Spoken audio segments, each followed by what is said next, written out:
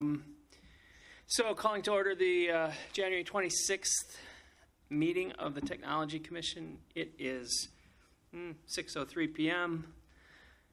And if the director can call the roll. Okay, Chair Scott Mead, up there on the screen as I-30961. That's me, that's Dan Mayer. Okay. Vice Chair Greg Stroig. Present. Alderman Dan Mayer. Here, present. Dale Webler. Present. Laura Galusha is excused. Jeeves Serrana is excused. Norm McKesson. Here. John Fardy. Here. Jaspreet Kaur is excused. Michelle Tischer. Here. All Okay. right. Thank you. And now we'll do the Pledge of Allegiance. I pledge allegiance to the flag of the United States of America and to the republic for which it stands, one nation, under God, indivisible, with liberty and justice for all.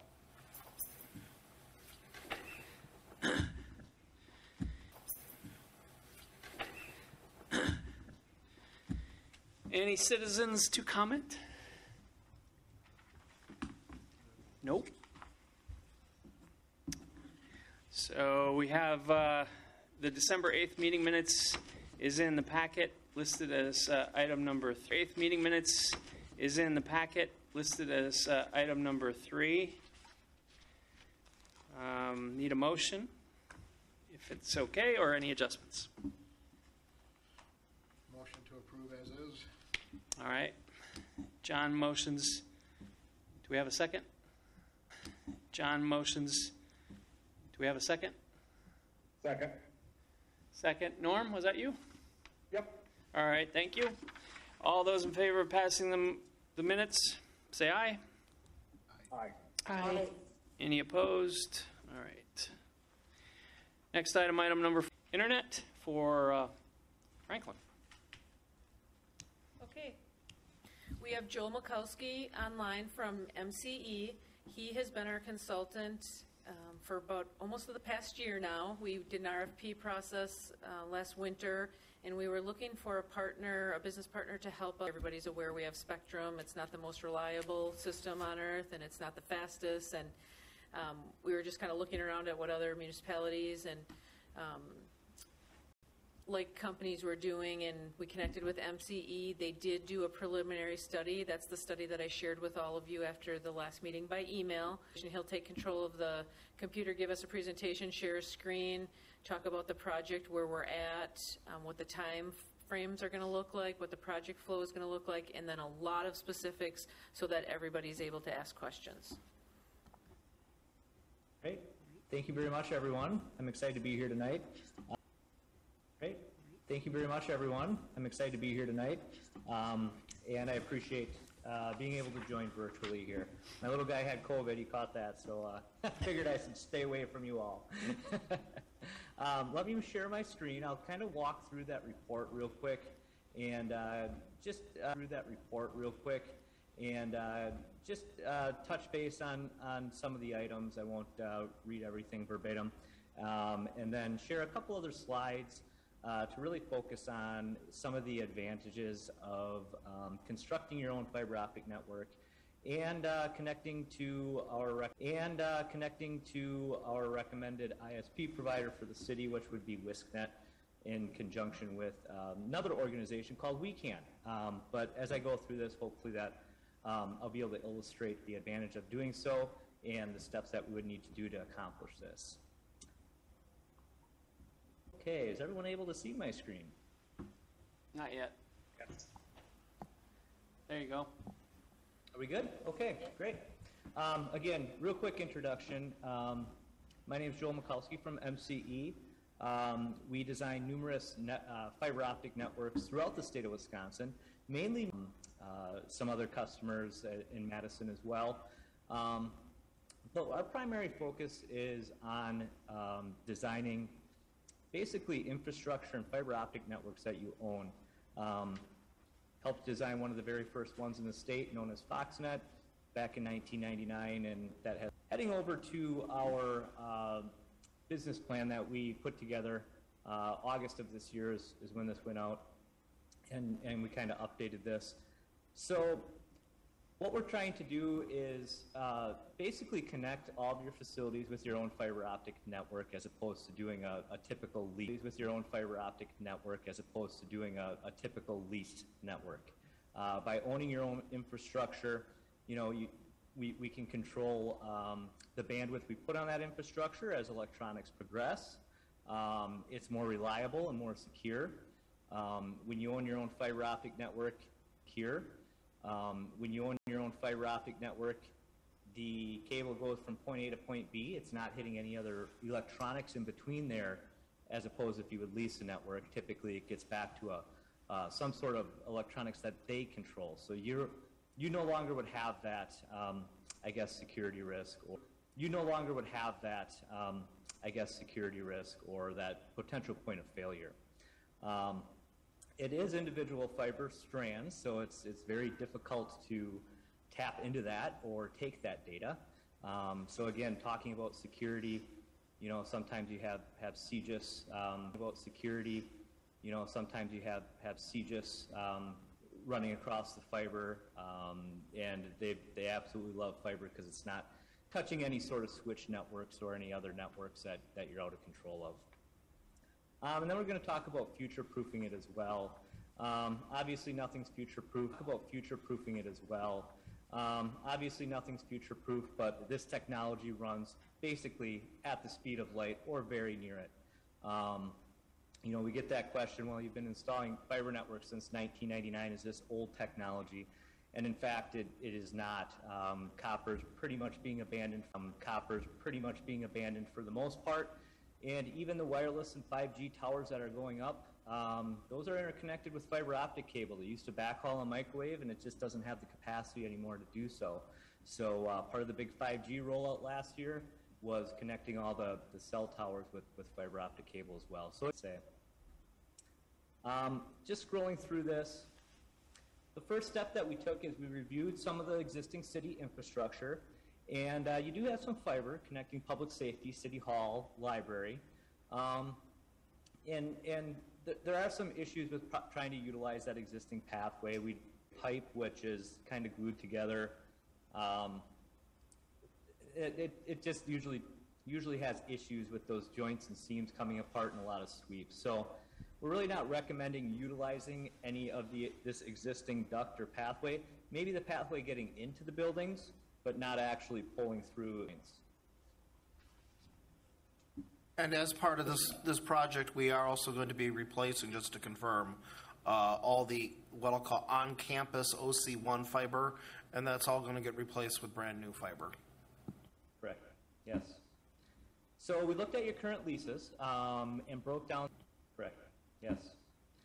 So we looked at your current leases and broke down the overall cost that you're paying. Now we are doing an apples to oranges comparison here. We have, you know, most of your current bandwidth is 100 megabits down, 10 megabits up for the most part, with some extent up for the most part, with some extensions. I mean, exceptions. We have some 220. You know, kind of typical leased bandwidth that you get from Spectrum.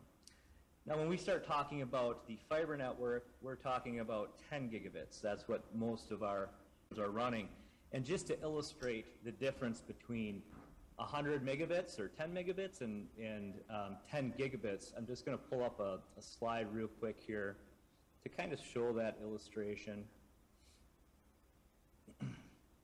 So looking at this slide, we're looking at megabits per second. Networks, just about everyone runs at least 1 gigabit per second. So now we're looking at this orange block right here. When we start looking at 10 gigabits, we're looking at, you know, this large red block here. So compare that back to your 100. That would be this little green flat line. Future resistance of fiber optic cable. And this has a 40-year plus life, not that it stops working on year 40. You just may need some more sensitive electronics. And even if you do start running into problems after 40 years, Your duct and pathway is still there, and you can pull out the old fiber and put new fiber in, retain its value for 40 years. Oh, sliding back here. So we're looking at your total annual lease cost currently at about, $37,000, $38,000. I touched briefly on the intro regarding WISNet and WeCan. WISNet you could compare as your internet service, your pipeline to the outside world that connects to Chicago and Minneapolis and Amazon and all these other places. WeCan is a organization that is kind of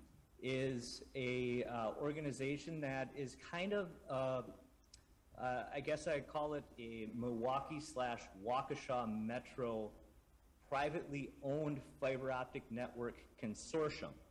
Basically what we had is numerous satellite networks such as Waukesha, Muskego, Norway, New Berlin, the school district of Franklin, Oak Creek School District, the city of Oak Creek, all these satellite locations that we ended up tying together over the last couple years and kind of creating a really robust intergovernmental network. And the great thing about that is on this WeCan network, we have about 5 or 6 WISCnet points of presence, or POPs. So what that means is we have a place we can connect to the internet at Alverno College. We have right over in Franklin Public School District has a WISNet point of presence gear. Muskego Norway School District does, Waukesha, and kind of throughout the whole network. I'll put up a real easy illustration here, very, very high level, just to give you an idea how this network is run.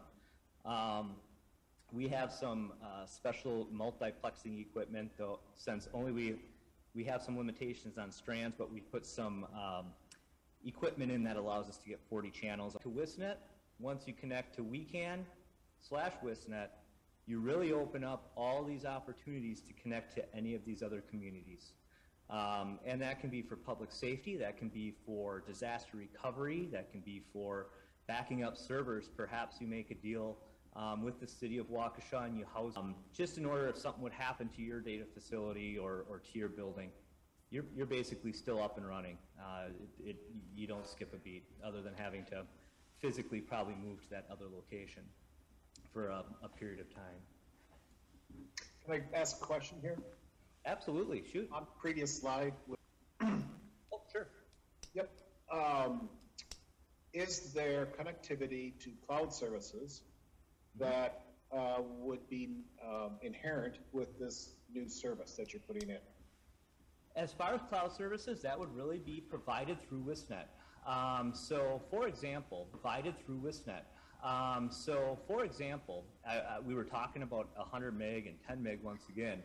Now, if we're looking at 10 gigabit for your wide area network for WeCan, connecting your buildings, connecting your sites, the wonderful thing about WISNet is you're getting 10 gigabit per second to the internet as well. So cloud services start running very seamlessly, whether it's Office 365, whether you have something, with Amazon, web services. At that point, you do not have limitations anymore. I could only imagine trying to, use Office 365 or some IP type of stuff in the cloud at 100 meg could be pretty problematic. So those problems do go away, and that's a common question I get. Wow, that seems like a lot. Do we really need all this? Surprisingly enough, and you start seeing the things that IT kept saying, no, you can start opening that door a little bit and start actually taking advantage of some of the services out there because you do have that connectivity and bandwidth now. Okay, so there's nothing native within this network to connect to Microsoft, Azure, or Amazon?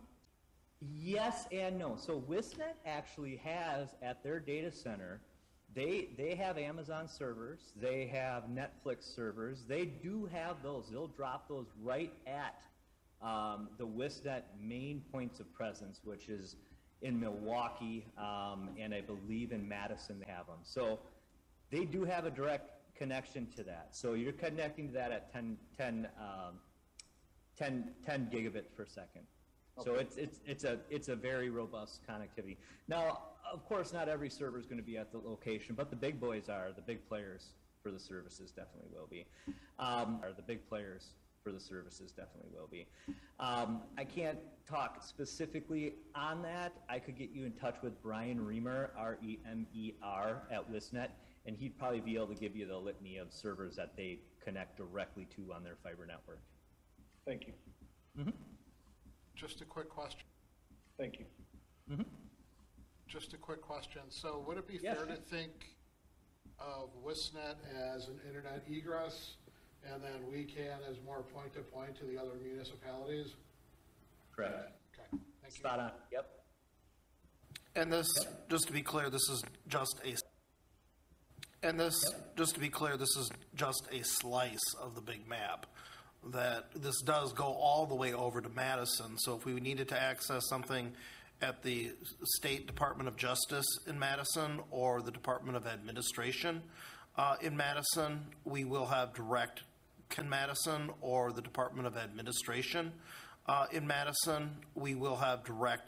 connectivity without having to go over the internet over to those governmental state resources. Yeah, that's a really good point, James. So we're kind of focusing on getting into these pops. Once we get into these WISNet pops, that's a whole. So we're kind of focusing on getting into these pops. Once we get into these WISNet pops, that's a whole other network, like you said, getting back to Madison, where they're peering point to point on a lot of these things, and you can run a VLAN across it. So, good point. And I believe you can pull up WISNet's their map online. I'm going to try to take a peek and find it real quick, but I'm not catching it right away. So maybe I can come back to that later. Of course, there's fees associated with it. WISNet has their fees to connect. It is very minimal compared to similar services. This may be a tweak out of date. That might have gone up to $17.50 this year. There was a little bit of a bump on some of these fees since this report went out. So we'll have to probably retouch on these, but for the most part, they're very, very accurate. They're pretty accurate to $600, one-time equipment charge, $4,500. So kind of just goes through the gamut of one-time fees. Now, one of the things we're looking at, we kind of have a phase 1, 2, 3, 4 of this overall network, and it's probably a good time to take a look at that. Franklin Public School District has some conduit and fiber that basically runs right past the library here that we could connect into fairly easily.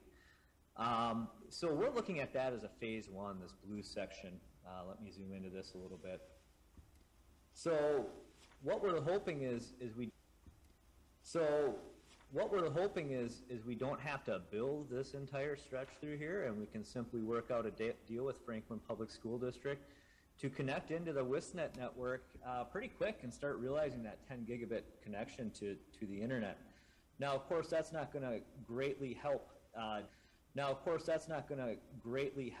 DPW, Water and Sewer, Fire Station 2 or Fire Station 3 immediately.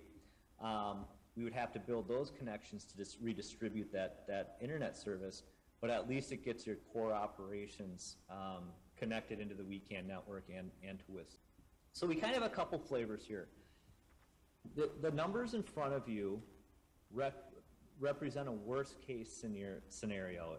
If Franklin Public Schools District does not want to lease out Strands or duct space, if they don't want to partner in some of these builds through here because they have an interest getting what's in front of you is a worst case scenario. You don't have any of these players who want to play ball with you, and you have to build this entire thing yourself.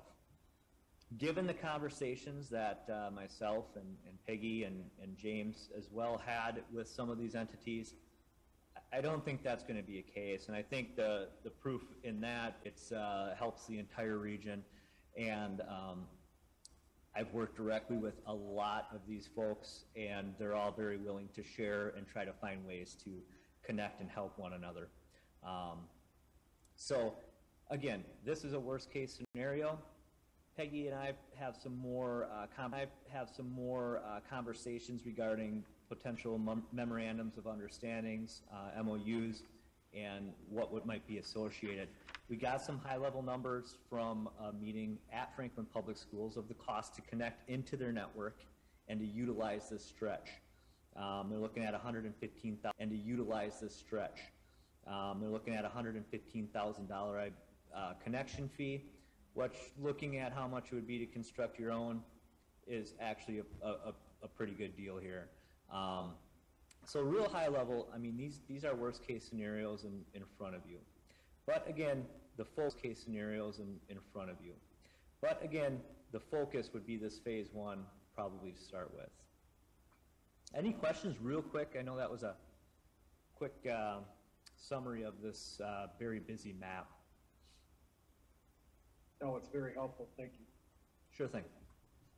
And the fees are broken down here once again for the Franklin Public School District connection. We can also have some fees as well to connect into their network and share. This is a larger, more detailed Google map shot of the extent of their network. Green is underground, blue is air. To be 100% underground, We Energies just does not allow new entities to go onto their utility poles unless you're a competitive local exchange carrier such as a Spectrum or an AT&T or someone like that. So you do have to go underground, but there are pros to that. You know, you're not subject to seeing utility poles start on fire and burn people's fiber up because the transformer caught fire. So you are a little bit more safer, I believe, underground. But moving back to the WeCan membership. This is a tad out of date as well. I believe they're up to 11 members. They have set a cost for their membership just to help with little projects. One of them they did was actually that it's called DWDM equipment, where we can take two strands of fiber and turn it into 40 channels. That's one project that they took some of these funds with, and 40 channels. That's one project that they took some of these funds with and you know, implemented that project to get more capacity out of the network. The one thing to note here is the more members join, the less the rates go down. The less the rates go down. So, you know, it was $4,337 a year. This is an annual membership, and that goes down to, with 11 members, $3,853. And I believe that's where it is going to be if you would join that membership. 11 members right now. When more members join, there's not a lock-in on the rate that you get when you join, but as more customers come on, then you continually get the best rate, correct? Correct. It continually drops down, correct. Mm-hmm. It gets less and less. So I know they about have a desire to get more members on board. County of starting a MECAN, Milwaukee County area, community area network.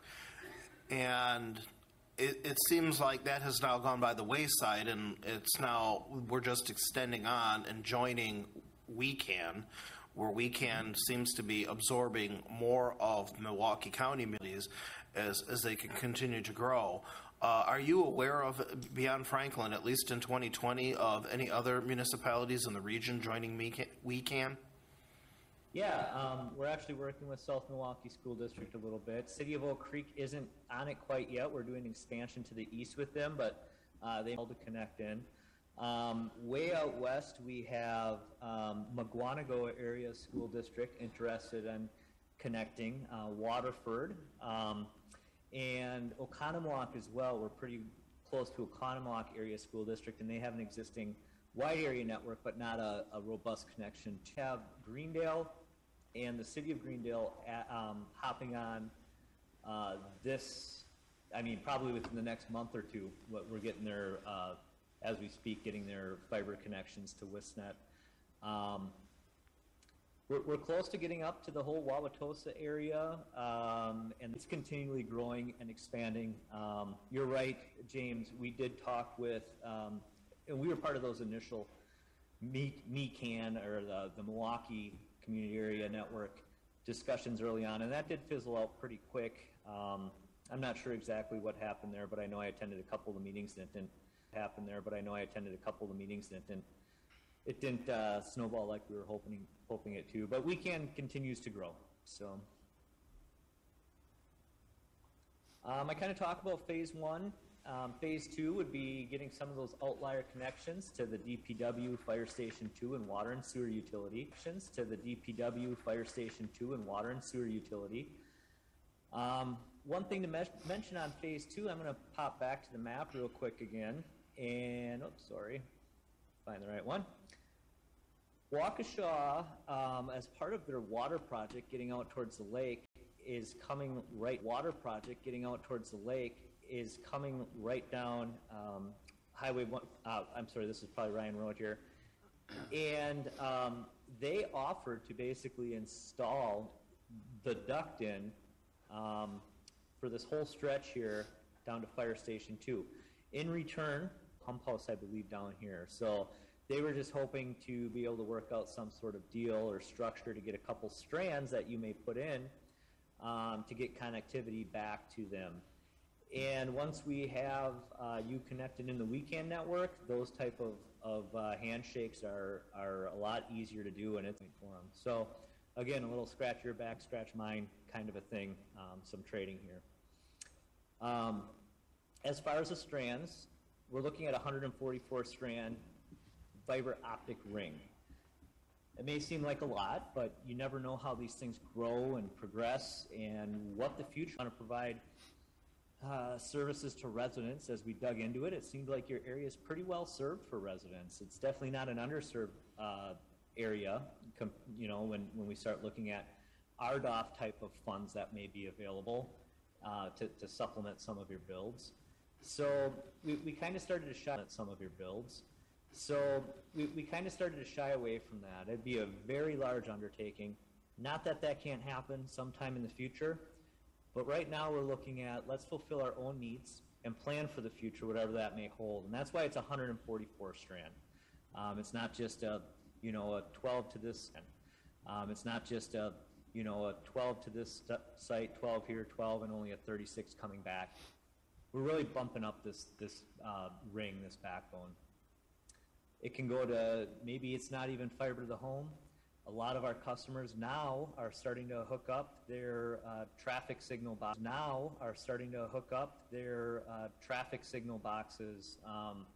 Their parks, putting more cameras out throughout the community, especially in problem areas or areas where there's a lot of accidents. So again, it's getting the infrastructure in at first.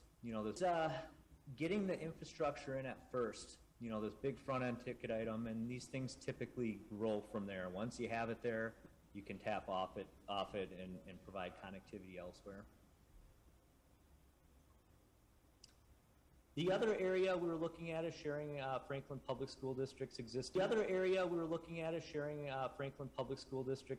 Duct. And again, maybe even getting Franklin Public School District to be a 50-50 build partner down this stretch, or even down this stretch, because they do have a site that they want to get out over here. So there are a lot of opportunities yet, and we've had some good conversations, but we really have to get nailed down the MOUs and make sure we know what each player wants and what the associated costs are.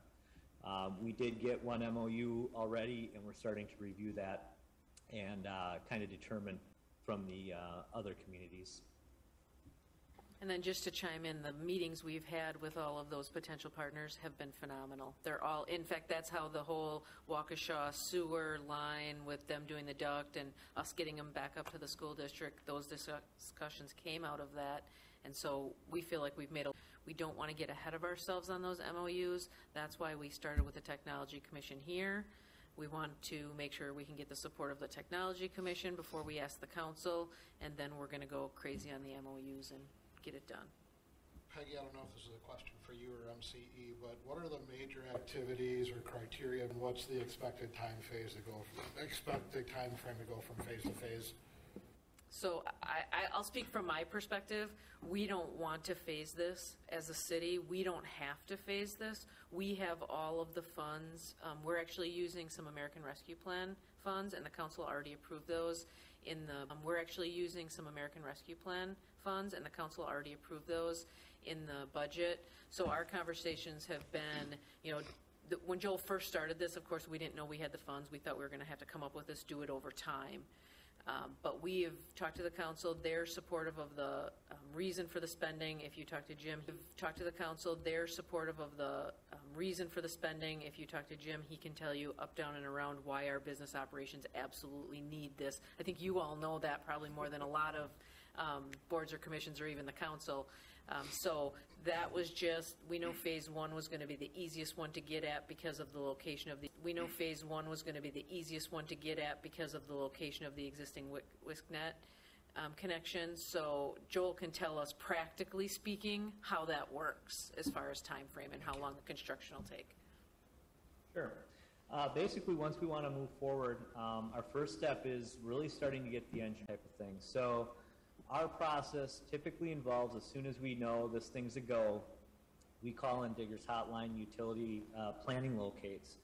The reason being is they're supposed to get those locates in 10 days done. Typically, we haven't been seeing that. We've been seeing, 30 days realistically. Very large footprint. So they just don't have the personnel to go out there and hammer this out for them. So we kind of have to phase this approach with them and work with those locators. If I called this entire stretch in for all these locates to be cleared in 10 days, they would laugh at me and say, yeah, we're not doing that. So we kind of have to stage this and do this in 30 to 60-day process right there of working with the locators, getting everything figured out where the existing utilities are. And the reason being is we need to make sure that these routes are viable before we submit a permit. And in fact, most permitting authorities won't even accept it if it doesn't have the existing utilities. Authorities won't even accept it if it doesn't have the existing utilities on the prints and our proposed running line. So that's pretty common. That's our first step to try to get the locates going. While the locates are going, if we have a good idea that, hey, we'll probably get through here, we can start putting the CAD drawings together. We'll probably get through here. We can start putting the CAD drawings together and the maps and kind of laying out our design. And then as our GPS surveyor is marking all these existing utilities in the field, we can be doing CAD work kind of behind. I mean, you're probably at a 2.5 kind of behind. I mean, you're probably at a 2.5, 3 month process to get all of our drawings and specs ready to go. And again, that's dependent on, well, weather and locators. Some things out of our control, but we definitely push as hard as we can to get things moving. So the next step, once we have all of the engineering and plans together, we have a bid specification, of course, that we need to put together and put this out to bid. So you're talking, if I'm guessing we have to advertise it like most city bid processes, advertise it, go through the typical bidding process, accept sealed bids and review those and then award it. That's probably about a month and a half as well. So, we're probably at about 4.5 months here to have a contractor secured, maybe 5 months, right around there. Construction-wise, believe it or not, goes fairly quick. They can usually do about 600 to 1,200 feet a day of installing duct. So it goes fairly quick on that end. And if they bring in a couple drills and do more than that, they can double their output would be feasible. I mean, you're probably November, December to have this all in play. We could, look at prioritizing this phase one, at least get that internet up and running. I mean, this is something that you could probably knock off and chew off pretty quick to get that up and running. And then, process to have this fully implemented. What sort of redundancy or, the high-level map you showed of all the different communities hooked up, I understand it's very high level. It makes it look like you get a backhoe in there, takes one of those. That as much as possible. You'll see that's why most of our customers are connecting to multiple different WISNet pops. So Franklin Public Schools, for example, they do have this little stick here coming out of their district office, which is their main data center. But they do head east and up to Alverno, and now they're going. But they do head east and up to Alverno, and now they're heading west over to Muskego Norway School District. So if this gets cut here, they're actually still backfed and have most of their operations running. Their main issue is right coming out of the district office, and that's where we may have some sort of bargaining power with office, and that's where we may have some sort of bargaining power with Franklin Public School District. And I'm going to bounce back one more time here.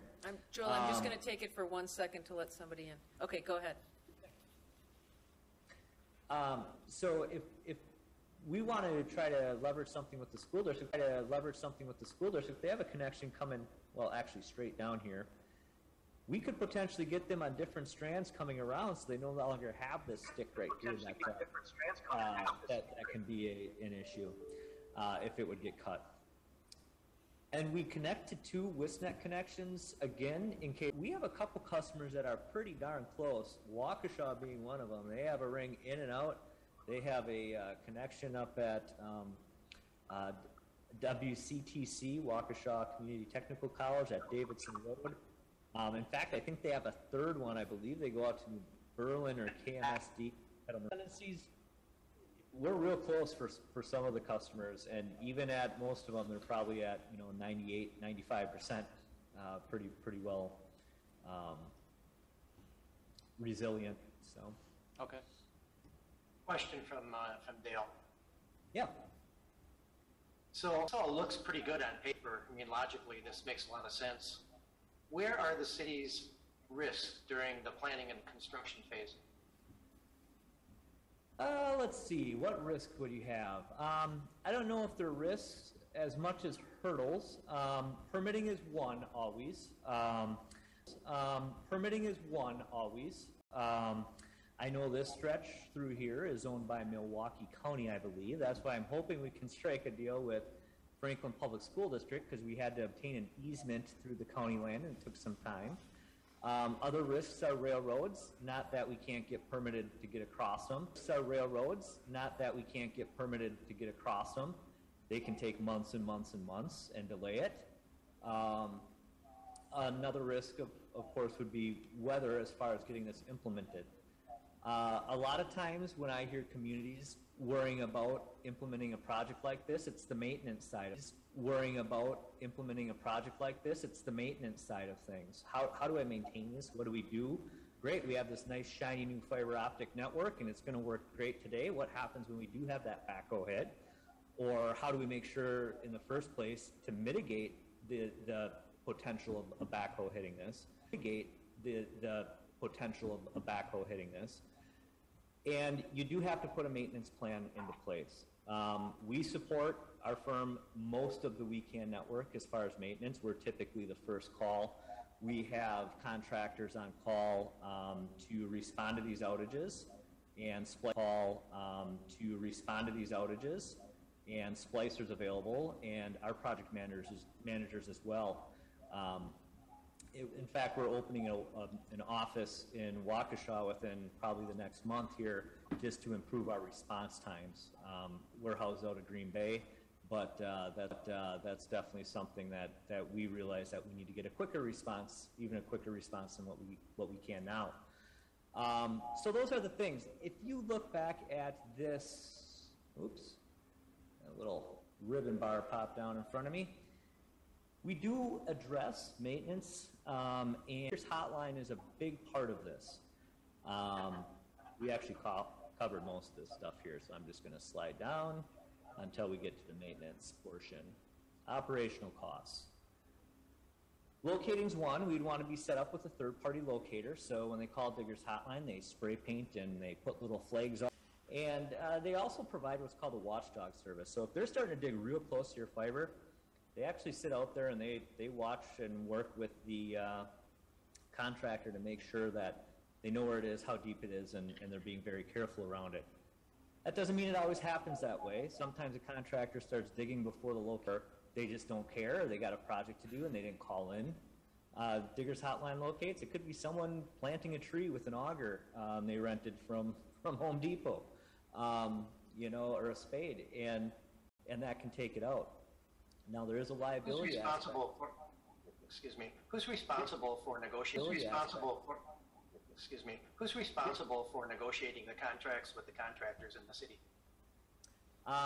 As far as the contractors, we could put this all out to bid for locating services, for any of those services. The maintenance is usually a rate card. The maintenance is usually a rate card. So typically the maintenance, like if you need a contractor to come out and dig a hole so we can resplice this thing up, they usually just have a rate card. It's not like you have to pay a huge retainer fee, and you pay it no matter what. It's, okay, we have an emergency, we got to come out, we fix it, here's the cost. So it's almost a unit-based time and material type of a thing for the most part. As far as liability goes, typically when we see a fiber break, it's because the locator didn't mark it, and if they're a third-party locator, they cover insurance to cover the fees for their negligent call in the locates, and they're at fault. So their insurance would cover, and you'd have to put a claim against that, against their company for not calling in and following the Digger's Hotline rules. So typically these things are covered by the person who caused the damage, whoever the party at fault is. Now, some legal representation involve your attorney to write a letter and document it, but usually that's covered. Now, what isn't covered is you're in the public right-of-way, for example, in the DOT right-of-way in some areas, and they have a big project going on, and now your fiber's in conflict of the big ol' stoplight pole or sign they want to put in. Well, you got to adjust that or move that and get that out of the way. That's part of their permitting. Similar with the railroad, like you have to adjust your facilities if they have a project and it's in conflict. So what we did is we created an annual this is average annual locating fees. This is how this is average annual locating fees. This is how much we would expect for someone to locate your utility for Digger's Hotline. What I'm talking about now is the legal mandate road moves, I call them, where you have to get out of the way, you're in the way of our project. Or you have to get out of the way, you're in the way of our project that's coming up. So, these can wax and wane. It's not like set in stone. Some years you're locating maybe half of this because there's just not a lot of projects going on near your fiber. Other times it may be a little more than this because they're redoing a whole locators out there all the time. But these are pretty average numbers that we're seeing for some of our other customers and projects. And then we do have a little escrow fund that we like to put in place as well on an annual basis and let this build up a little bit in case you do have that legal mandate road move that you would need to take care of. Does the city have responsibility for accidental death or injury during construction? Is that taken on by the contractor itself? And if not, who's liable for that? Yeah, that's all on the contractor's insurance. So we would require all their insurance requirements, and the city would be labeled as additional. That's through the contractor as they're installing this fiber network. So the reason why I'm asking these questions is to make sure that we understand that in a project of this nature, that there's a reasonable amount of contingency built into the plan, not only from a timeline standpoint, but also from a financial standpoint. Mm-hmm. Mm-hmm. Yep. Sliding along, so this is where our ROI comes along. We broke down our existing current lease services, and quite frankly, you're not going to see that return on investment for a while. Just because it is a very small bandwidth connection. But if you're starting to compare it closer to like services, your return on investment is typically, 7 years, and you paid for this thing on some of the lease costs that we're seeing. Through our bidding out of the lease services as well. And keep in mind, this is again, the fiber can go to 40 gigabit to 100 gig and all you got to do is swap out the electronic to 100 gig, and all you got to do is swap out the electronics. You don't have to keep calling and asking for more bandwidth. And it does give you the opportunity to connect other sites, other things like I mentioned before, street lights, cameras, parks for Wi-Fi, that type of stuff. And Joel, this That type of stuff. And Joel, this ROI was done before any of our partners have considered some of the cost shares, so this is Correct. the This is absolute worst case. Worst case, absolutely. Good point. Yep. So just one more question. I'm a little confused about the ROI. Yep. So just one more question. I'm a little confused about the ROI. Yeah, sure. Being around the 7 years or so. But the life expectancy of some of the equipment that we'll have in our technology stack is not probably going to be 7 years. So we'll wind up replacing equipment before we start realizing an ROI. Is that built into the plan? It is not, because that equipment upgrade would need to be taken into account regardless if you're leasing the service or if you have your own private fiber. But I mean, regardless, you're going to have equipment off the end of these, and James is going to have to upgrade that on a pretty regular basis. So one thing you had mentioned early on was, kind of overbuilding this. What is the price differential if you were to just build it to the current needs? Sure. I don't have that exact number. What I can tell you is in the labor getting this thing installed. Does the fiber have a cost associated with it? Yes, there is more splicing. You do have to pay a little bit more for the fiber optic cable itself. Fiber optic cable itself, you're probably looking at like a 50 cents per foot difference from going to your 48 that you might have usually had up to a 144.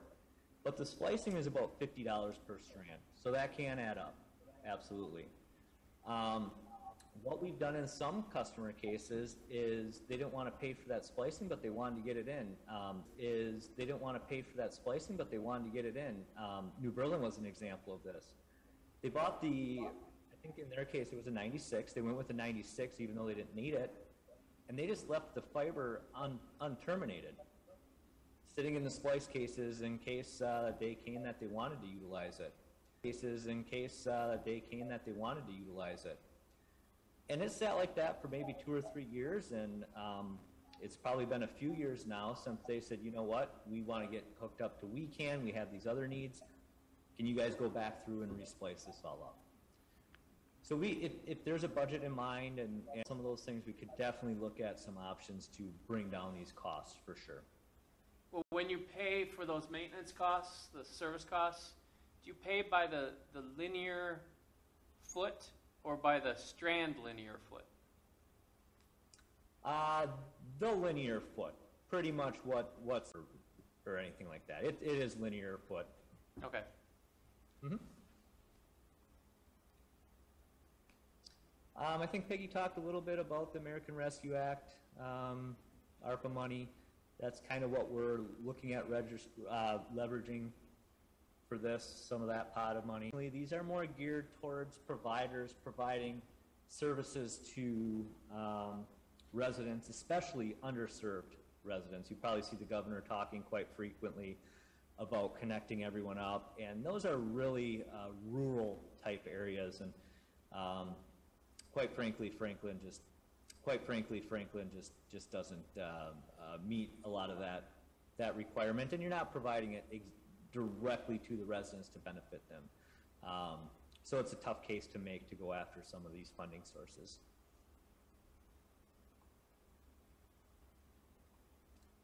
I believe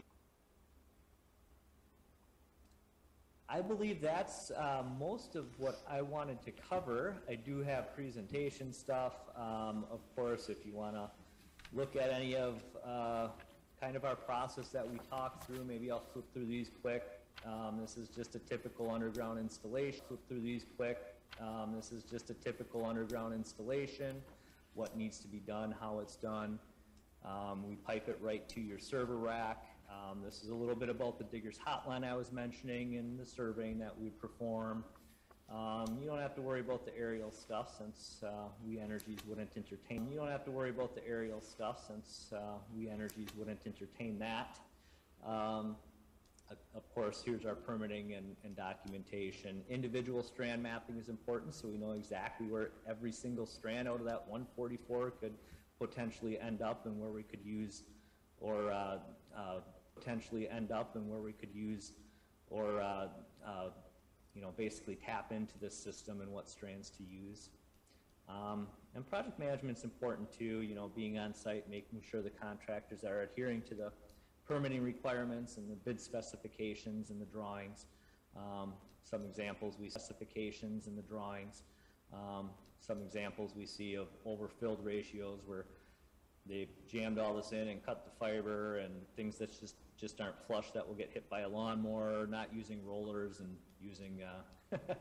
using some coax as a roller for aerial installs. And then, of course, everyone, well, who else does this? Are we the first ones? I know we talked at length about WeCan, but these are some of the other entities that we support throughout the state. Anything in white is basically a community area network. That's what CAN stands for. Probably should have backed up and in white are more of the consortiums similar to what WeCan is doing. So Joel? Yes, sir. We talked about redundancy a little bit, but I got the impression that there was not redundancy inherent in the design. Is that correct? Not necessarily. So let me pull up the map here once again. We have a couple options here. Right now, your main point of potential failure would be this stick. If we're sending traffic east, well, I should take that back. Actually, we would be in pretty good shape. We probably head this traffic west to Muskego Norway School District for the initial hookup, or we could actually head it east up to Alverno. So we have a couple different options we could go. We would tap into Franklin Public School District, the ESC building, where they have a WISNet POP. So it's kind of inherently making a ring right here, where you wouldn't have the redundancy unless you build the entire ring, would just be the sticks to get to the ring. So this stick to get here, we can redirect strands to the west, and then we can redirect strands to the east and round to get back to your core. So there's quite a bit of redundancy actually built into this plan. Now your phase one, you really wouldn't have that. You would have to complete the entire. How quickly would we be able to get to phase two? Phase two, if we're focusing on trying to get to the ESC specifically,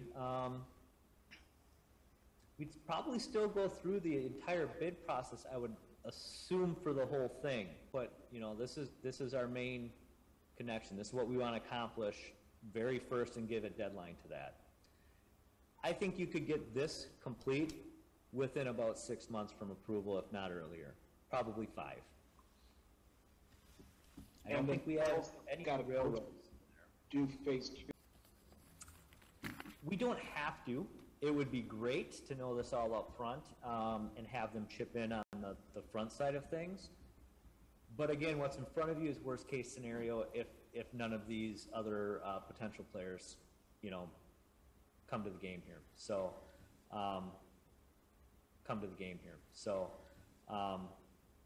it would be nice to have them all up front, though. And there may even be, so let's just say the school district decides today that they don't want to join in on that bottom half with us, right? That's okay. We could still do it, and then when they get those schools over to the west of DPW, they'll do it, and then when they get those schools over to the west of DPW, then they could buy back into us, right? So this isn't a one-time shot if we can't get everything worked out, but very honestly, Franklin School District is going to be our strongest partner in this, right? Because a lot of the network is already existing and it's theirs. So, this partner in this, right? Because a lot of the network is already existing and it's theirs. So, my understanding from Joel, what you said, and maybe just correct me if I'm wrong, is phase two, depending on how we prioritize it 1 through 4, I think you said we could potentially get this whole thing done in a year, all 4 phases. Correct. So we wouldn't, being done in a year, all 4 phases. Correct. So we wouldn't as a city want to stop that progress. We don't have to wait for funding for year 2 or anything like that. And operationally, the most sensitive areas is the campus. That's City Hall, that's the police department, that's fire, is the campus. That's City Hall, that's the police department, that's Fire Station 1, and that's the library. That's probably the most sensitive areas. Then when you start moving away from the campus, you have Fire Station 1 and 2, which can, if necessary, run in isolation mode. Fire Station 1 and 2, which can, if necessary, run in isolation mode. DPW, they were down for an entire week without power this summer after the thunderstorms came in, so they're not as needed to have internet access. Water utility is probably one of your more closer to be on the campus network. Jim, would there be an opportunity at some of those satellite sites where there isn't full redundancy to have like a backup internet circuit, like Spectrum, just... Eventually, this will all be a ring, and all the routing within the ring will turn around. And if the main point of presence goes down over at the Franklin Public School System, well, then you can get it through Alverno College, or you can then turn around and get it through the library, or you can even turn around and get it over through Waukesha. But that assumes that the entire ring is completed. Right. That assumes the entire ring is complete. We didn't want to do hub and from it, realizing that, yeah, it will take a while to build out the entire ring to get the full redundancy, but as it stands today, we have no redundancy whatsoever with our internet service to begin with. And as long as we get the campus up and running first on it, as soon as we turn around, we'll be our first point up and running first on it. As soon as we turn around, we'll be our first point of presence is going to be the library. Because that's where it's hitting. And then the next one will be down Forest Hill Avenue to get the school system. That's not that far away from the police department. That big blue and yellow to get the school system. That's not that far away from the police department. That big blue and yellow circle on there, that's the police department and the campus network. And that's not that far away from the public school system ECC. So as long as the school system is on it, we would have dual point of presence ECC. So as long as the school system is on it, we would have dual point of presence fairly quickly in the process. I have another question outside of the build part. The operation of the network. So it's up and running. The network changes to it and making sure that it's operating properly. Operationally, fiber is basically on or off. You can put equipment on it to truly monitor it. We've had some customers invest in that equipment and found it to be, which is are pinging you and telling you, I'm guessing you have something set up where you're getting SNMP traps or something on your network to notify your networking staff that there's an issue. So that's typically discovered pretty darn quick, and likewise with WISNet. So WISNet does have, if they would experience an issue, where they'll indicate if you have an issue. Now, if you have an issue, that's where you can engage with us and call our 24/7 365 number, and we can start troubleshooting it. So our firm, we're not just engineers. We're very hands-on. We have all the, I'll get a little geeky here, the OTDR, I'll get a little geeky here, the OTDRs and PMLSs, all the test equipment that we can troubleshoot and figure out if it's a fiber problem up front before we start rolling a bunch of trucks and equipment and personnel. So that's usually the first step, is we get on site and do an analysis and figure out what the figure out what the issue would be. A lot of times you know that there's construction in the area, and that's typically what happens here. Being underground, you're not going to have rodent chews like Waukesha experiences quite a bit with squirrels nibbling on their lines. So that's usually how the management works. We certainly can put monitoring in place, live monitoring, I personally don't feel like it offers a ton, because you're basically going to eat up a couple strands, and you're just basically monitoring a couple strands. And in fact, in an aerial network, it could very easily chew out 12 of your strands, one buffer tube, and not even touch the one that you're monitoring. Can you do it? Absolutely. Usually it's just inherently, as soon as there's an issue, your network equipment's going to discover it immediately and notify you. So it's Franklin's IT staff then what you're through? That is correct. Data network routing, correct. Yes, sir. Yes, sir. It is. Basically, imagine your WAN is now a LAN. It's like you're all under one roof, and it's interconnected with campus fiber. You know, it's basically pulling everything together. You don't need separate servers at all these locations. You don't need separate internet or anything creative and multiple firewalls. None of that. Once you get in, on-premise equipment that you'll be delivering on site to terminate fiber. yeah, we'll bring it to a patch panel, basically an LC connector, and you're going to just put an SFP in your networking switch or gear. That's LC as SFP in your networking switch or gear. That's LC as well, and it's probably going to be just a short-range SFP that you plug into the panel on the remote site, plug into your switch on the remote site, and then go to the other end at City Hall and do the exact same thing wherever your data center is. Plug in from the fiber patch panel. You'll have data center is. Plug in from the fiber patch panel. You'll have 144 north, 144 south. Find the right one. Plug it into your network equipment, and that's all she wrote. And then as say you go up to 40 gig or whatever it would be, swap out that 1 gig SFP in your equipment. If you're swap out that 1 gig SFP in your equipment. If your backplane can handle it, swap in the new SFP, and there you go. You just increased your bandwidth by buying an SFP and switching out both ends. All right. I had one other question on cost. All right. I had one other question on cost. If you can go back to the cost slide. Sure. In the study? Yeah, and I think it was right. You're getting warm right there. Okay. So the way that you're describing it in that center section, the way that you're describing it in that center section there is that in the current leasing scenario, after 7 years, the Franklin would be expected to pay about $300,000. Correct? Correct. Given the current services that are in place today, you jump then to go to the 10 gig lease in order to kind of do an apples to apples comparison in order to get the new fiber built. The capacity is not being used, or we don't have the applications to use the capacity in that pink shaded area. That is ROI thinking.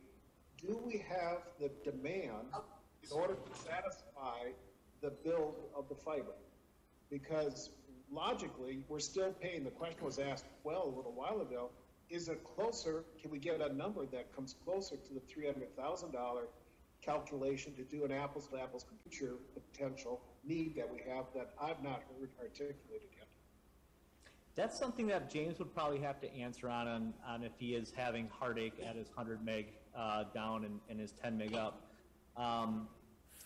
So, I couldn't answer that directly. The one thing I do know is I know your ARPA money, so that's a nice thing. It is kind of paying for a good chunk of this upfront cost, I believe. But again, I'm not super into the financials of what you have on your end. So this is cumulative for the new fiber build. I'm adding the maintenance on. This is cumulative for the new fiber build. I'm adding the maintenance on top of the initial build. So it's cumulative from day one. Now I know ARPA money's ARPA's money, and maybe this would be the perfect opportunity to go after this because you are future proofing it. But with that said, I can't tell you on your network and how you. But with that said, I can't tell you on your network and how you do day-to-day operations if you are experience any sort of heartache to implement new services, implement cloud services, or anything else you may be experiencing that you just can't due to any bandwidth issues. But I'll turn it over to James. I'm not debating value of having bandwidth. It's just the way that it's being represented on this page. could be misleading to say that we're comparing it to the middle column and saying that's where the 7-year ROI is coming in. Heck, we're not even getting close to that in terms of payment. Problems. This has been a long-term major problem in IT strategy. We do not have a DR or DR planned site right now because we do not have the bandwidth or the capacity to turn around and run a remote site, whether it be at another remote data center or run around and do data storage up in the cloud instead of turning around and running it on our SAN. I can't do it nowadays because I only have 100 meg upload over to the cloud. That's a major issue. We just added 64 terabytes of guard video storage. And instead of putting that on our SAN, that would make a lot of sense to turn around and put that up into the cloud, if at all possible. My Veeam backup archives right now are also going to take backing up a lot of that 64 terabytes of data right now. That could, again, be done all up a lot of that 64 terabytes of data right now. That could, again, be done all within the cloud. So I truly do believe that, yes, once the capacity has been made available to it, entire IT strategy will dramatically change. We will be has been made available to it. Entire IT strategy will dramatically change. We will be doing things dramatically different than we are today, and we can finally join all the other organizations and go to the cloud. Probably the very first one being email, which right now is being done on premise. The very first one being email, which right now is being done on premise. Yeah, It is. even the we're looking at security cameras, right? So we're looking at a big physical security project here. We talked about that, and they are at the police department as well. It doesn't really pay for them to go ahead with theirs if they don't have reliable as well. It doesn't really pay for them to go ahead with theirs if they don't have reliable internet access up and down, things like that. So we are very crimped on what we're able to do because of the service we have, and not to mention that it's just not reliable. Forget about redundant, because it's not redundant, but it's also not reliable. And forget about redundant, because it's not redundant, but it's also not reliable, and it just goes down too often.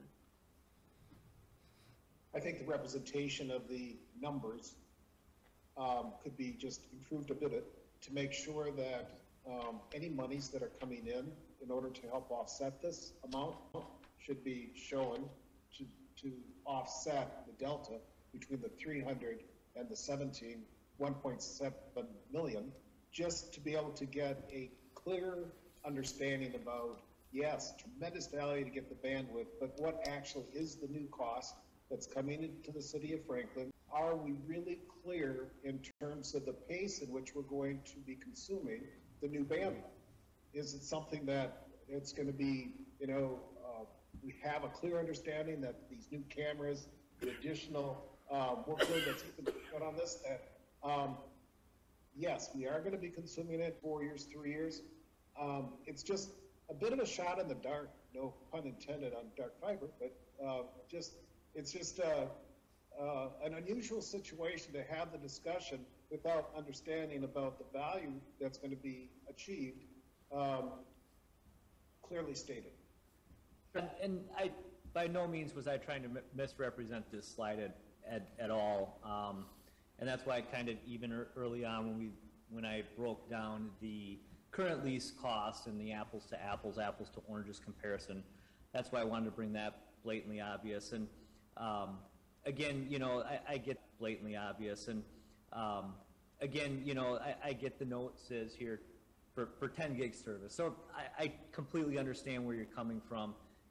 The chart does show, hey, you're not realizing the return on investment if you're keeping your 100 meg service through 25 years, which we all know that through 25 years, which we all know that wouldn't be realistic to function 25 years from now. Who knows what technology is going to be. So it does make it challenging to determine on how that's going to step up and the bandwidth that you will need. But again, that's where I kind of step back and let your tech committee figure that out, what you truly need. I'm not going to sell you something you don't need. That's for sure. If you can function on it, that's completely fine.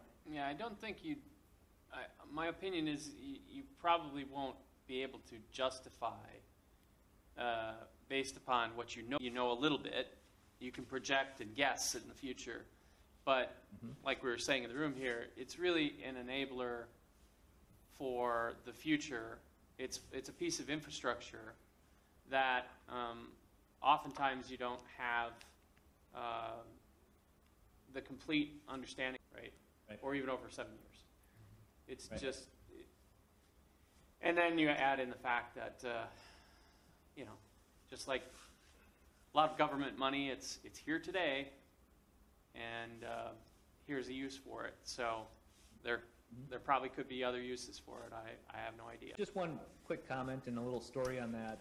We had a superintendent, actually he's a technology coordinator at one of our customers, and he was moving to become a superintendent actually, and he went from one of our current networks to another one of our networks and made a kind of that did not have their own fiber optic network because he couldn't do technologically what he wanted to over lease lines. So just kind of an interesting story, food for thought. And then maybe just one follow-up on what Norm was saying. We might not be able to figure those cost representations on our own system. Governmental-related entities that are on this same service, that we could probably just tap into some of our resources and some of our colleagues so that we could say, hey, because this, Joel, how many municipalities, school districts, other governmental agencies in the state would you say are not on WISCnet? Not on WISCnet. Few, a lot. I mean, generally speaking. I would say more of the probably rural type communities are not, just because WISCnet doesn't have a huge presence there. Yep. So WISCnet has a presence basically where there's universities, colleges, anything. WISCnet has a presence basically where there's universities, colleges, anything associated with the UW system. That's how that network got built in the mid-late 90s. They got some huge grants in order to build out that network. So anywhere there's a college or a UW system school or a UW system school, you can pretty much bet that community and that school district is a WISCnet customer, a large portion of them. So we can grab some like communities, our size and our functionality, and we can do some of those comparisons with what kind of bandwidths they're seeing, et cetera. I think it'll at least be a realistic comparison to where we could be compared to where we're at today. That would be helpful. Thank you. Sorry. Peggy, I think a great resource again is that weekend meeting you kind of hopped into. It was a pretty light one this last week, but that gets everyone involved. Whoever wants to sit in on them and chat a little bit about their experiences with the fiber optic network and how they use it and the bandwidth and what life was like before and after. For sure. Is there a specific ask for the commission? We've got a couple tonight, or is this questions. more informational? Alderman Mayor, just give us 1 second. There's just one question in the room about what we budgeted in our time frame. We budgeted 2 months worth of technology meetings and more if we need it. So we just wanted to show you, talk to you about it, see what the questions might be, and if we're ready at the February meeting, our ask would be, is this something you can support, and what do we need to answer before that happens? What do we need to answer before that happens? And if it has to go to March, it has to go into March, but we're going to take the lead of the Technology Commission. Okay, perfect, thank you. Alderman Mayor, go ahead. Oh, sorry.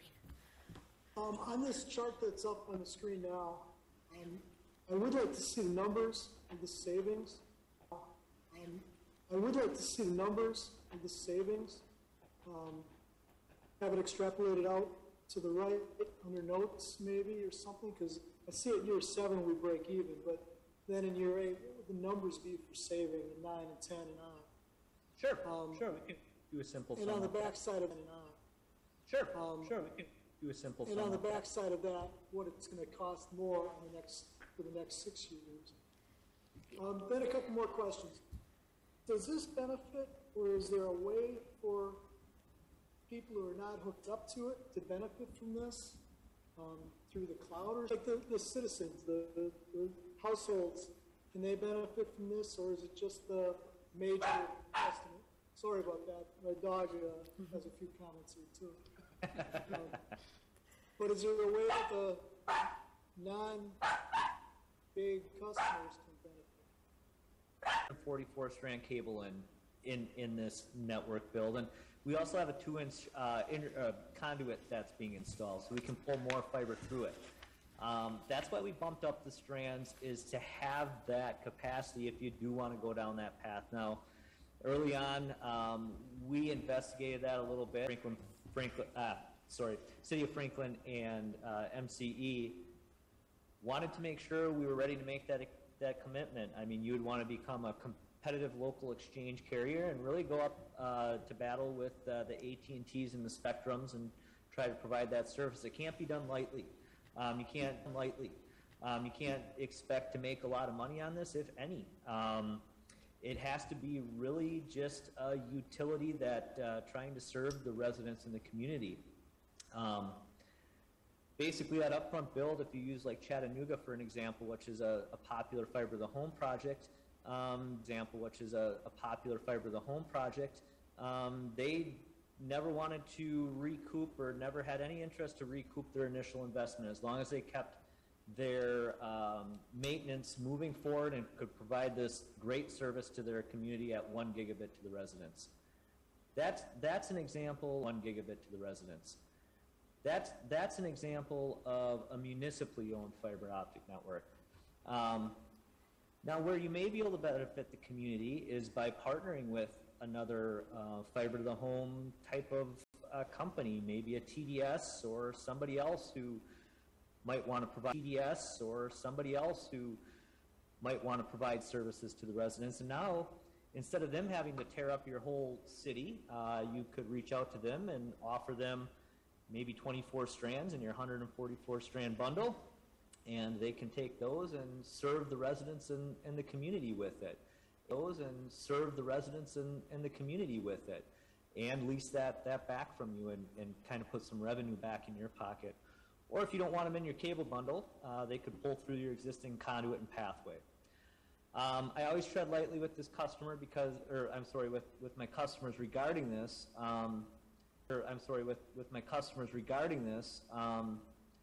Because I can't guarantee that person's going to come and be interested, even if they do come. For an example, TDS came to Neenah, and they're building a large build up there, and the city tried to coerce them and to use their existing infrastructure. They had their backing, they had their money, they had no need to do it. So I guess my question is, they would need a fiber in this network. There's not a way to hook up to the fibers in this network. You would need a fiber. You can't hook up to the fibers. That would be... And then could you go back to one of your first construction pictures, the one where they showed the boring? Absolutely.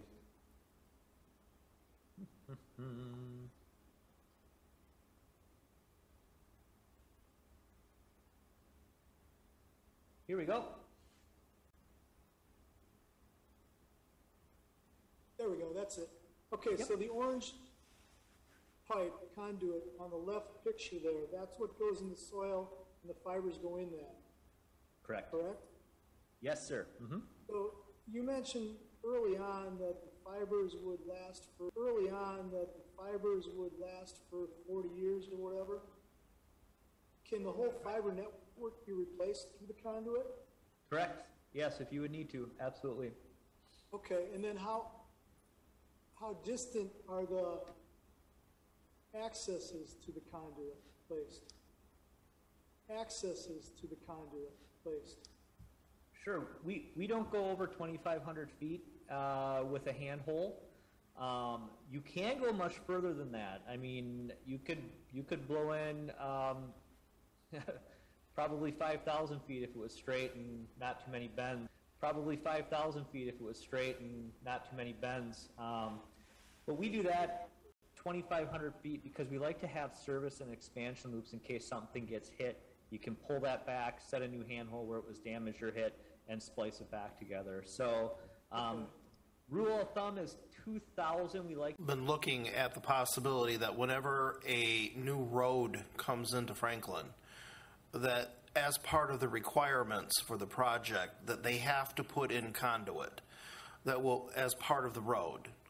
So they can turn around and pull fiber into that conduit later on down the road of the design specs. So that would be more for the private network. And then just one thing, Alderman Mayor, on your cost breakdown, I think it might help all of us, and I can certainly do this too, Joel, but to show the capital costs, what are the build, and then what are the monthly costs today versus what are the monthly costs going? Yeah, I was going to say that. Yeah. Separating the capital and operational is going to be where you see that number and the benefit. Sure. Yep, so we'll certainly do that. And then just one other thing, so we can sell fiber, we can lease fiber, but we can't do anything with our service, because when you're part of WISCNet, it's only government when you're part of WISCNet, it's only government nonprofit. That's it. That is correct, yes. Okay.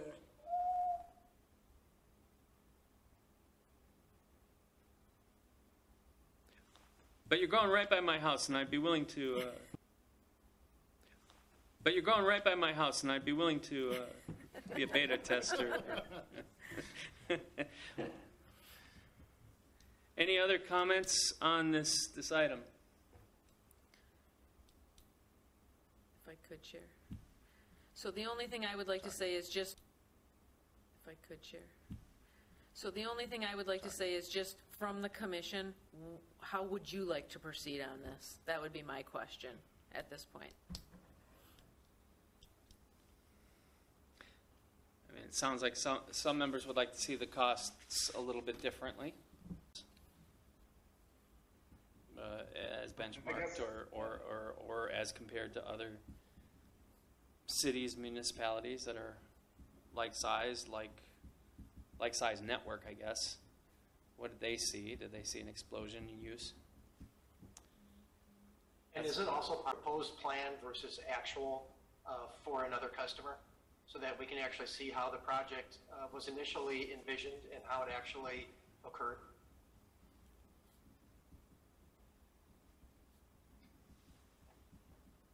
Okay. I think my perspective that we represent to the city, a council, an accurate picture of what it is that we're getting with this investment, and that there isn't a confusion about consumer use of it, that it's a fully redundant day one, that we don't have that. I'm absolutely, having worked with this in the past, comfortable with the technology and the bandwidth and the consumption of the bandwidth, and it will be used up, and it will be used up quickly. It's just a matter of conveying and communicating an accurate depiction of the investment and the future that we intend to use this investment. That's all I'm really interested in. That's all I'm really interested in. Got it. Yeah, I would agree. I think it would be helpful to have some of the things that we all know that you either can't do or you're looking forward to doing, and they're the right things to do. If you're looking forward to doing, and they're the right things to do.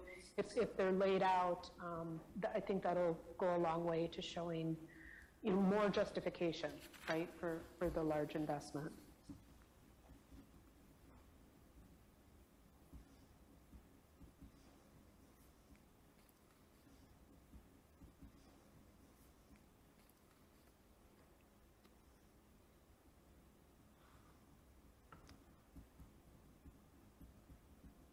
All right.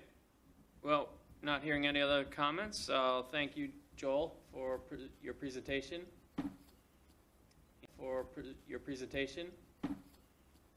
And You're welcome. I appreciate the opportunity to be here this evening. Thank you very much. All right, very good. Thank you. We'll move on to item number. Take care. Sure. Thanks, Thank you. Joel. I know. WISC and the Department of Justice has issued several warning bulletins, or was just one out today, elevating concern and preparedness for the increased malware, ransomware, and potential cyber attacks against governmental operations and infrastructure. It is expected that most cyber attacks will be initiated and propagated at an instance will be enacting the follow security hardening procedures throughout February and March. One, all system backups will be fully audited and confirm that essential servers can be restored from disk to disk to tape archives.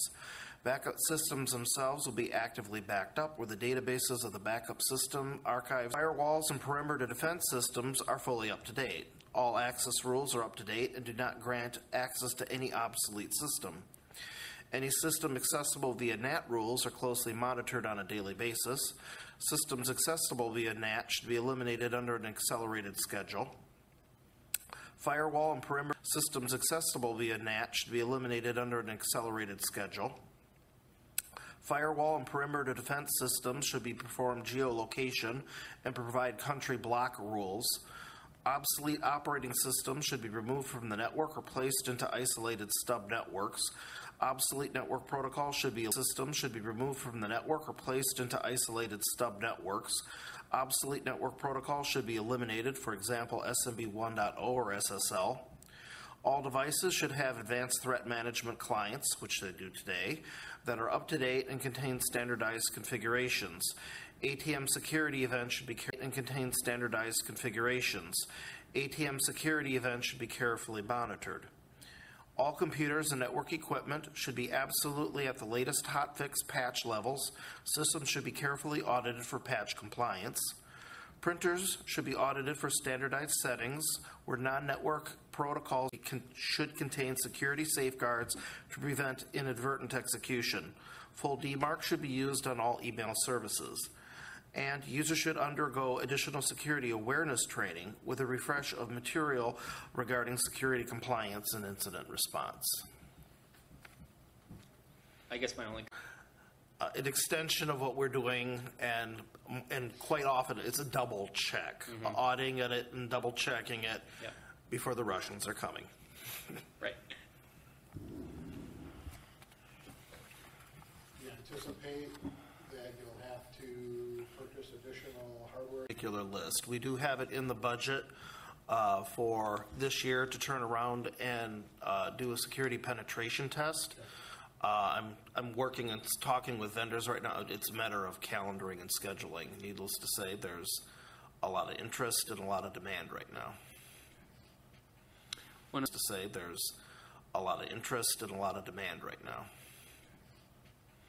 One of the things that, since I am a software vendor, we're getting a lot of questions on this week and last week. Do you have any outside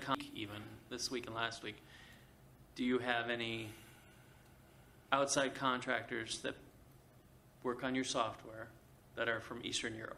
No. But you don't have anybody here, but in India, all of our Eastern, products. Eastern Europe. But here, but in India, all of our Eastern, products. Eastern Europe or the Middle East, no.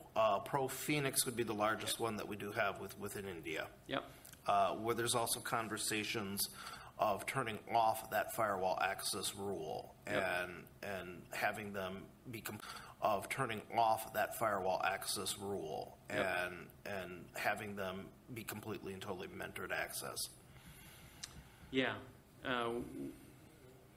We had to put them through a VDI. We put everybody in VDI to keep them off of any.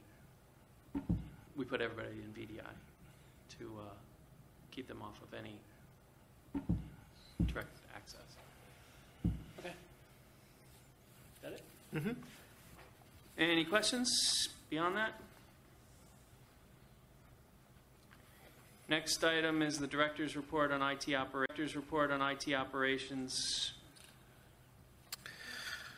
During late December and January, the City of Franklin, like many agencies and businesses, experienced increased cases of COVID-19 due to the Omicron virus. Existing remote access plans and computing resources were put into place. Allowances were brought up to date and made available by early December. Preparations went extremely well, and the city was well prepared for the anticipated increases during the winter holiday sicknesses.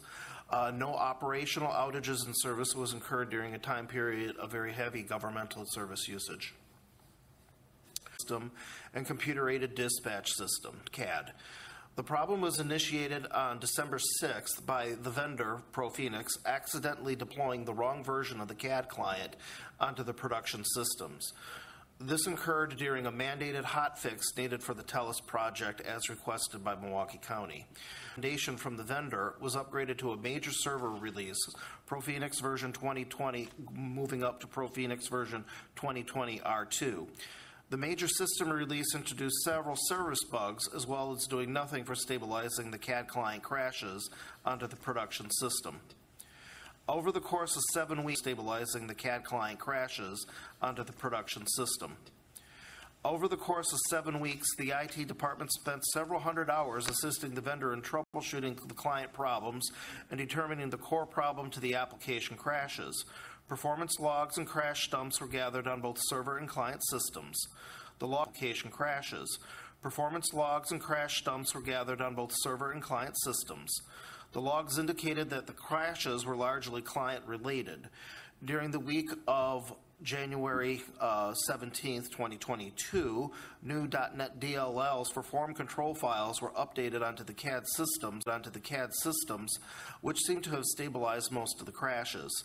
The City of Franklin, due to application instability, has not been able to be included in the Milwaukee County user acceptance testing for the TELUS application. The county would like to perform the final rollout of TELUS around February 15th, assuming the WDA and CAD platforms and pushing out similar DLL changes to the application packages for the Rhino tablets being used in the squads. We will be participating in TELUS UAT as the systems are further stabilized. During the month of January, supporting the PD, had her last planned day on December 28th, 2021. Mary Steinhardt, a Robert Half technology consultant, has been hired to assist with supporting the issues at the PD. This was a planned change. The long-term goal is to hire all consultants as City of Franklin employees, bringing all employment. 1st, 2021, HBS no longer has on-site staff supporting the city to continue operations. HBS primarily is principally a technology vendor supporting project-based initiatives. Any questions on the director's notes? Any questions on the director's notes? I don't. Okay. Sounds like a great time with that, Phoenix. That was...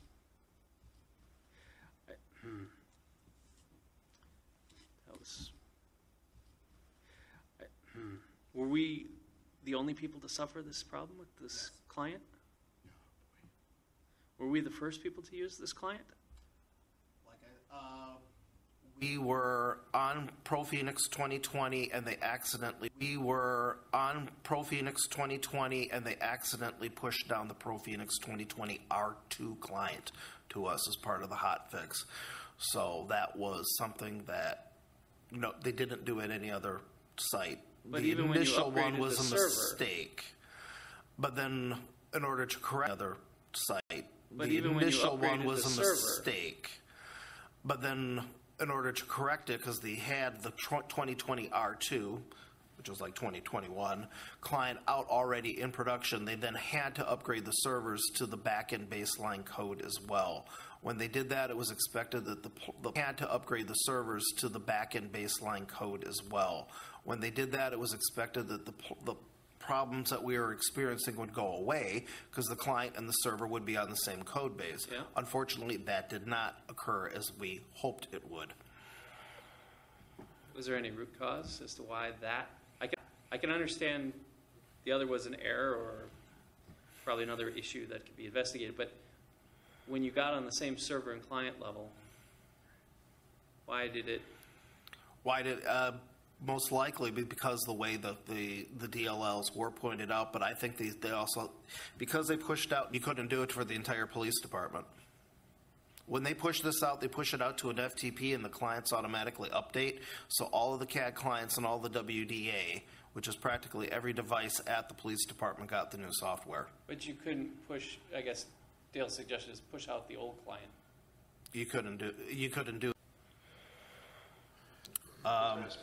Yeah, it's an interesting issue with it. One of the biggest things that we turned around and discovered with this is I also do believe the DLL problems with the code changes. I don't have proof through the performance logs is there was a dramatic increase in the amount of memory that the new code needed for it. Their hardware specs were nowhere close to it.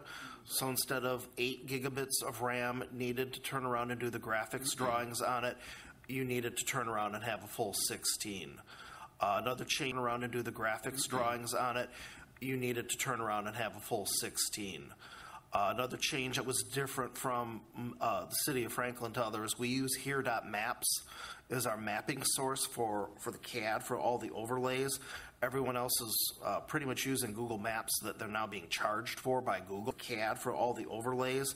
Everyone else is pretty much using Google Maps that they're now being charged for by Google. They haven't converted to here.maps, even though we've been on it for some time at it. So we were also using different mapping overlay files that they were having problems with code, even though they were supposed to be able to support that in their code.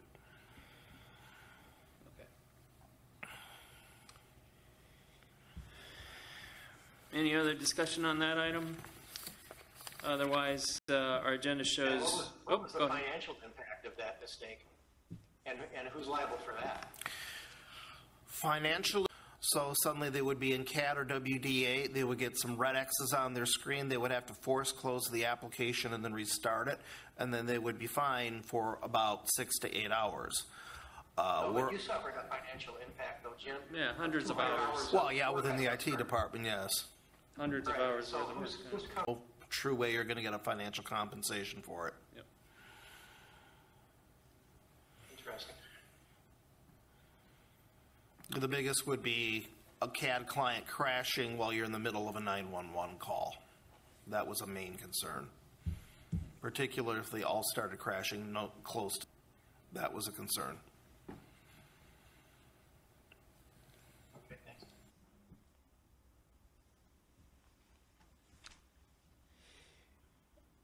We have a list of future agenda items.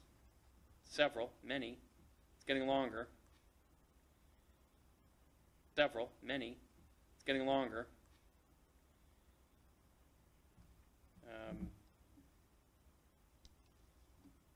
Do we know which one of the Incident response policy will be next? Be next up Okay. For review. In addition to be next up Okay. For review. In addition to continuing on what we're doing right now with the technology plan.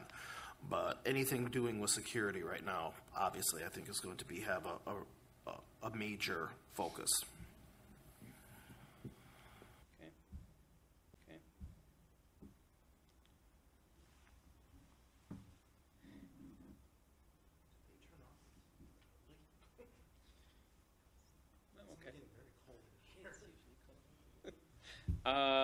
Our next meeting is February 23rd at 6 p.m. next door. Those rules expire. February 15th at this time. So at the moment, this will be an in-person meeting only.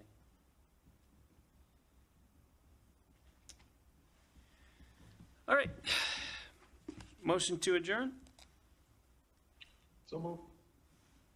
Second. All those in favor? Aye. All right. Aye. We're adjourned. Aye. Thank you.